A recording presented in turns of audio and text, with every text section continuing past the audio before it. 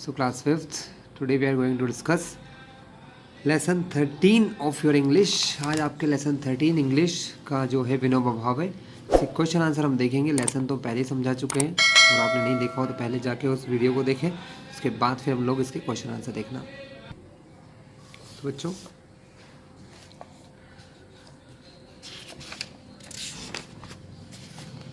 Word power, सबसे पहले match the following. Movement, movement क्या होता है?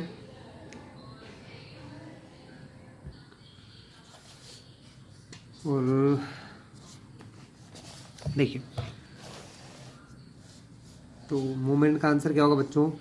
मूवमेंट का आंसर है C. When groups of people share same ideas and act, मतलब बहुत सारे लोग जब एक ही आइडिया और एक ही काम करते हैं तो इसको मूवमेंट कहते हैं बच्चों। क्या कहते हैं? मूवमेंट, यानी कोई आंदोलन कहते हैं। सेकेंड है poverty.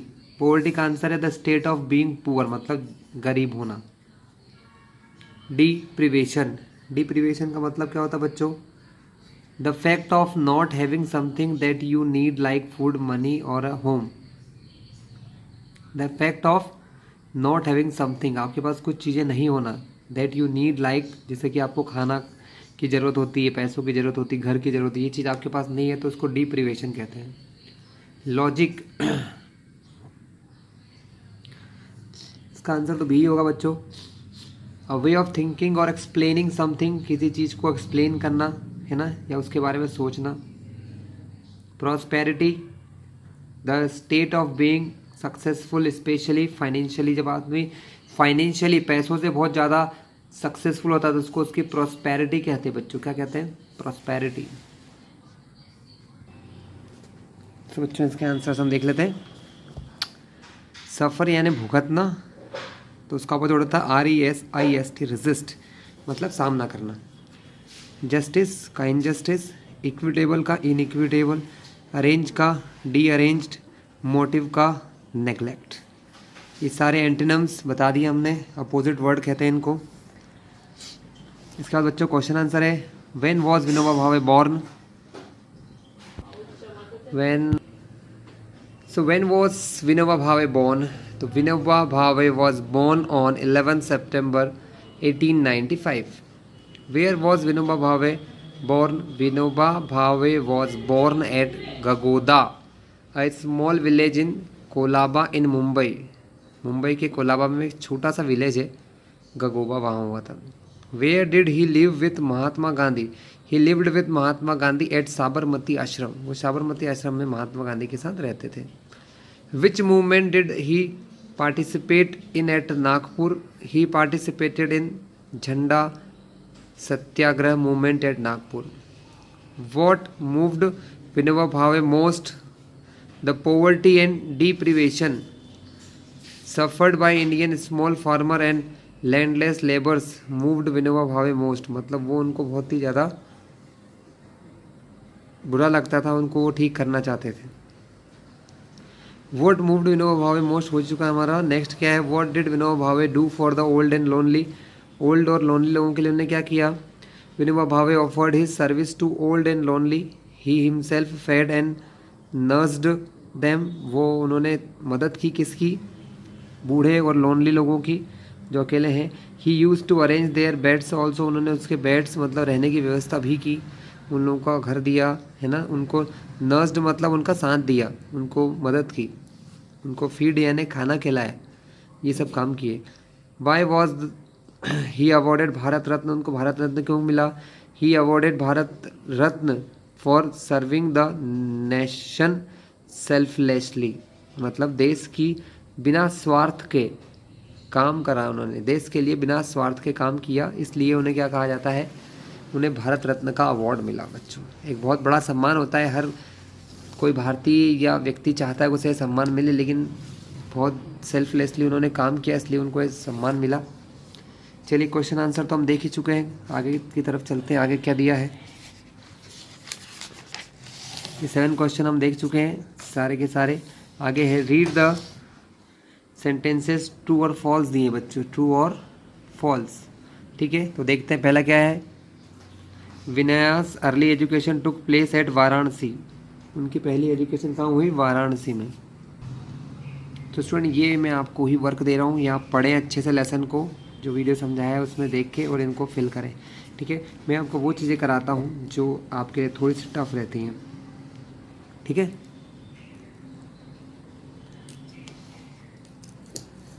Read the following sentences. यहाँ कुछ ग्रामेटिकल चेंज हो रहा है वो मैं आपको बताता हूँ। Vinoba Bhave told the landlords to donate their land to the landless, मतलब विनोबा भावे ने उनके लैंडलॉर्ड को कहा, या लैंडलॉर्ड जितने भी लैंडलॉर्ड थे इनके पास ज़मीनें थी, उनको बोला जो ज़मीन जिनके पास ज़मीन नहीं है उनको ज़मीन दो। The landlords did so, the landlords did so. उसके बाद एक और सेंटेंस है कि लैंडलॉर्ड ने ऐसा किया। Vinoba Bhave made the landlords donate their land to the landless. ये इन्होंने इस सेंटेंस को चेंज किया है। क्या चेंज किया है? Vinoba Bhave made the landlord donate their land to the landless, मतलब उन्होंने उनको उस लायक बनाया या समझाया कि वो अपने ज़मीन किसको दे दे, जिनके पास ज़मीन नहीं उनको दे दें। अब ऐसा ही सेंटेंस ये है, इसको हमको इस प्रकार से बनाना है। उन्होंने बोला और इन्होंने किया। देखो यहाँ क्या हुआ, विनोबा भावे ने टोल्ड बोला और यहाँ इन लोगों ने ऐसा किया, डिड सो, उन्होंने वैसा ही किया। तो इसलिए लिखा गया है द विनोबा भावे मेड, उन्होंने ऐसा बनाया। किसको बनाया? लैंडलॉर्ड को।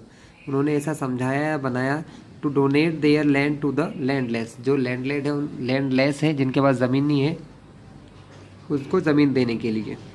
The teacher told the boys to open their books, the boys did so. तो हम क्या लिखेंगे बच्चों यहाँ पर आंसर?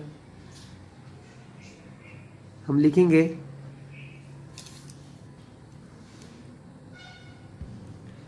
ये लिखेंगे यहाँ पर द टीचर टोल्ड की जगह लिखेंगे मैड द बॉयज, फिर open their books.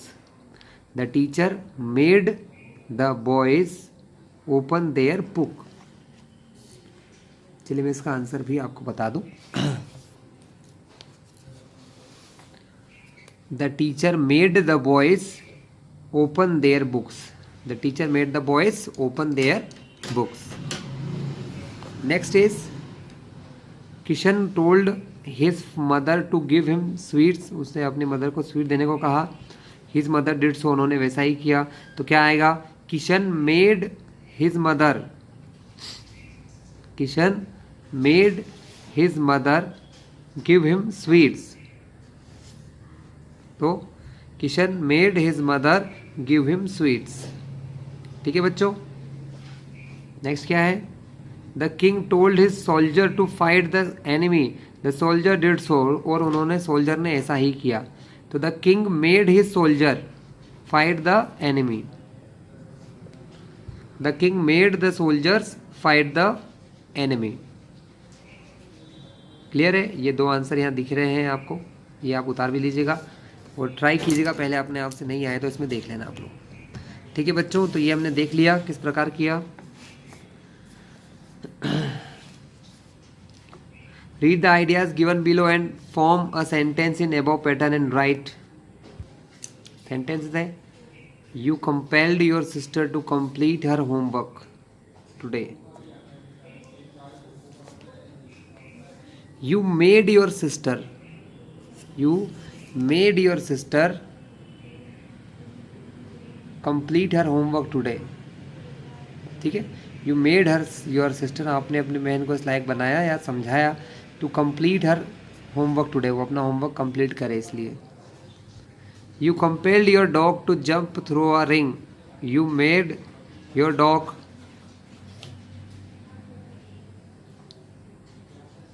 You made your dog jump through a ring, jump through a ring. ये रेस्ट 3 आंसर बच्चों आप इसमें देख लीजिए। You made a mechanic repair your bicycle, you got your bicycle repaired by a mechanic, तो you made your bicycle repaired by a mechanic. ठीक है, ये आंसर यहाँ पर आपको दिखा दिए गए हैं। अब इस वीडियो के लास्ट पार्ट पे चलते हैं जहाँ पर हम देखेंगे, यहाँ पर एक अनसीन पैसेज है बच्चों जो आपको हर बार एग्जाम में पूछा जाता है, उसे ध्यान से देखते हैं। Hariram was a farmer. Hariram क्या है? एक फार्मर है। He used to work in his field, from early in the morning till late in the evening. मतलब इन्होंने जो अपनी फील्ड में सुबह से शाम तक काम करता था खेतों में। He use to plough his field to grow corn, वो मक्का उगाने के लिए अपनी फील्ड को प्लो करता था। He never cared for hot wet and cold weather, ना ही वो सर्दी गर्मी और बारिश की फिक्र करता था। When the field was ready, जब फील्ड रेडी होती थी, ही सोड कॉर्न सीड इन इट, वो उसके अंदर मक्का के बीज लगाता था कॉर्न के। After a few days the seeds begin to sprout, उनमें से पौधे निकलने लग जाते हैं। He watered the plant, he use to reach there very early in the morning to protect it from wild animal. तो वो देर रात तक अपने खेतों, सुबह से अपने खेतों में चला जाता था, जिससे क्या कर सके, early in the morning wild animal से बचा सके और बर्ड से अपने पौधों को बचा सकता है। He watched his field very carefully, ध्यान से देखता। When the crop was ripe, जब क्रॉप पक जाते थे, he harvested and got a rich produce of corn, वो उनको काट लेता था और बहुत ज़्यादा अच्छे कॉर्न वो निकालता था, प्रोड्यूस करता था। It was his hard work that made him a happy farmer, और जो हार्ड वर्क वो करता था उसकी वजह से वो एक अच्छा किसान कहलाता था, मतलब हैप्पी और खुश किसान था। तो भैया हु वॉज हरिराम, हरिराम क्या था, हरिराम वॉज अ फार्मर। ये हो गया आपका आंसर पहला बच्चों। Why did he use to plough his field, तो he use to plough his field to grow corn. Second answer भी इजी था बच्चों। When did he sow seed in the field,